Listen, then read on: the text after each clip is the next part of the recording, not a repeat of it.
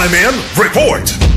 Gisuportahan sa BJMP female dormitory sa Mandaue City ang gisugyot nga ordinansa batok sa pagpasud, paggamit ug pagpanag-iya sa mga cellphone ug electronic devices sa sud sa jail facilities. Gipadayag sa dormitory warden nga si Jail Inspector Sheila Serrano nga bisan pa wa pay natala nga insidente sa female dormitory, dakong tabang kini isip preventive measure labi na nga mobalhin sila sa bagong pasilidad sa sitio Duguan Barangay Basak karong tuiga. Gipasak ang ordinansa ni Councilor Oscar Del Castillo ug niagi ni kini sa second reading sa Mandaue City Council. Tingwa niini nga mabalik-on ang seguridad sa mga prisuhan ug mapugnan ang mga illegal nga aktibidad. Gisulta sa BJMP nga kasagaran sa mga kontrabando sa prisuhan mga cellphone. Bisan adunay internal rules, lisod kunay patuman tungod sa kakuwang ug legal nga silot. Apan pinagi sa ordinansa, maban ug mapenalize ang mga musupak. Ang silot mao ang 3 hangtod sa 6 ka buwan nga pagkabilanggo ug multa nga 5,000 pesos nga bayad sa city government. Subsidiary imprisonment ang ipatuman kung way ikabayad. Giklaro usab nga ang jail personnel nga masakpan mahimong mapriso ug mawad-an og monthly allowance gikan sa Mandaue LGU. Gipangdaman sa BJMP female dorm ang posibleng mga kontrabando sa bagong lokasyon. Kay kini tapad sa usa ka residential area sama sa male dorm nga kasagaran ang bombing o pagpanglabay og cellphone gikan sa gawas ang mahitabo. Giingon ni Councilor Del Castillo nga ang BJMP mismo mao ini sugyot sa maong ordinansa. Sa pagkakaron adunay 95 ka mga PDLs sa BJMP female dorm sa Mandaue.